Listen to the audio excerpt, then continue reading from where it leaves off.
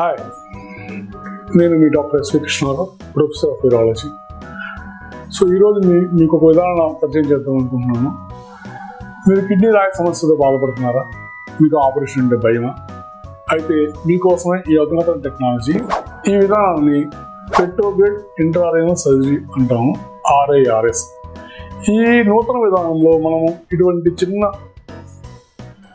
Flexible scope ద్వారా మూత్రనాళం నుంచి నెమ్మదిగా కిడ్నీలోకి వెళ్తాము.